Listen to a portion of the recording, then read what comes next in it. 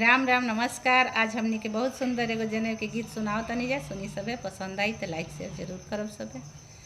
पूछेली कोशिला रानी राजा दशरथ से बात जी, कैसे कैसे होला राजा राम के जनेम जी, कैसे कैसे होला राजा राम के जनेम जी।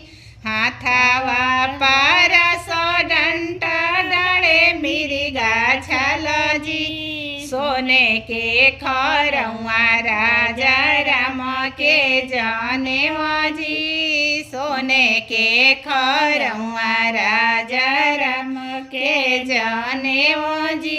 पूछेली कौनियाम कौन पापा से बात जी, कैसे कैसे होला हमारा बाबू के जनेम जी, कैसे कैसे होला हमारा बाबू के जनेम जी।